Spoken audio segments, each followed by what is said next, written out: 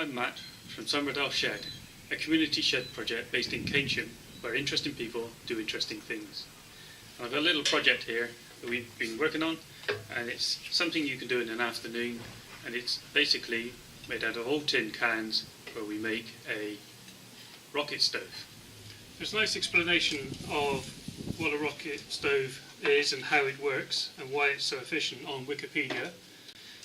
I've used some whatever I had to hand, and I just happen to have something that looks as fancy as this, but basically any assortment of tins and cans, paint pots, whatever, use your ingenuity and initiative and you'll come up with a configuration. What you're looking for is something like that is then put inside a container so that you can then insulate it, so that the exhaust temperatures from the flames in here get very, very hot and start to build up the efficiency. That's just the lid off of a tin can, which I've bent. That just sits in there, and what that allows you to do is you place your fuel on top and the air goes underneath, warms itself up as it does so, and only burns at the end and not the whole length of the stick, and you can regulate the temperature of the stove just by pulling in the sticks and out. I've used an SMA tin. I've used two in fact because I needed the bottom because they've got a plastic lid, but if you used a big baked bean tin then obviously you get the top as well, and I put that on just to keep the rock wool looking nice. So, tools. So basically, obviously a can opener. Recommend using one of these old-fashioned ones because that way you get to save the nice hard edge. Okay, we have obviously a hammer just to flatten out the crunchy bits. Some hole saws. You could use snips or a series of hole saws. It doesn't have to be neat. I just happen to have these, and spookily they were the right size as well, so that was good. I've used a drill just to put my vent holes in the top. But again, this could be. I've seen them where they've got square snips just straight down, and you just fold down the things. Anything just to get some air in at the top. To create a chimney draft. Obviously a drill, a file just for deburring, and I got a bit of scabby wood just to save me drilling a hole through my workbench. So I have all my bits and pieces, so it's time to put it together. So what I did was position that in there.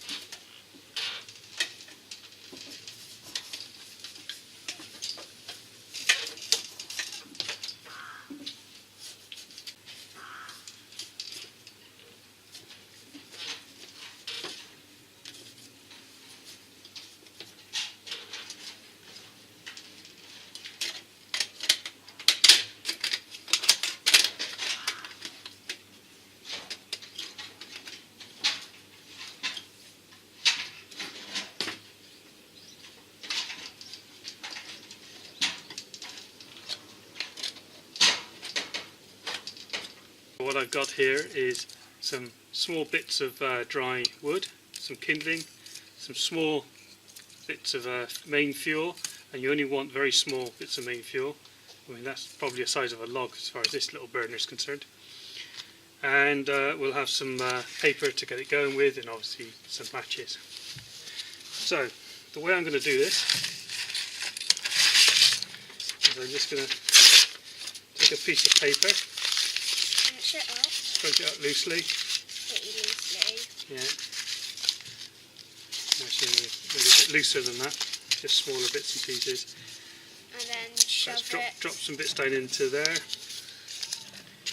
then put another piece then like shove it into there. Yeah. I'm going to drop some bits of kindling in. Or fuel, as we're going to call it.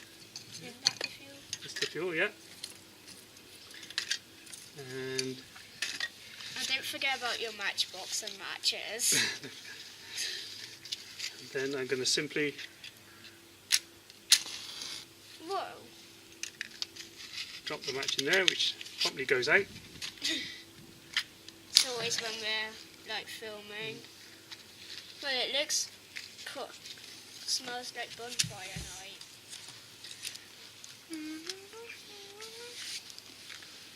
Oh yeah, that's blazing. Now we're cooking.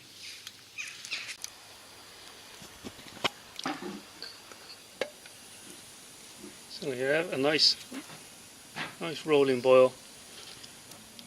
And what should we do with the hot water? I think we should have some pot noodles. Perfect.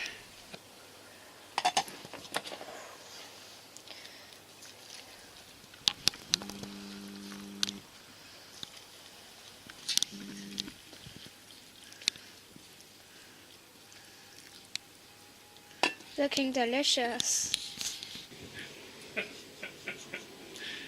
Enjoying that?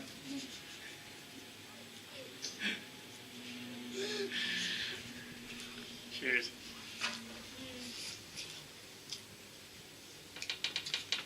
Well, if you enjoyed that, please subscribe to our YouTube channel and join the conversation at our Facebook page, Somerdale Shed, or tweet us on Twitter at Somerdale Shed, hashtag Somerdale Shed. Anyway, let's give the last word to my son, shall we? I want to make an even bigger one. Well, so we can sit round it. Yeah. Make as big as a campfire. Do a beef burger or something on the top. Yeah, big burger.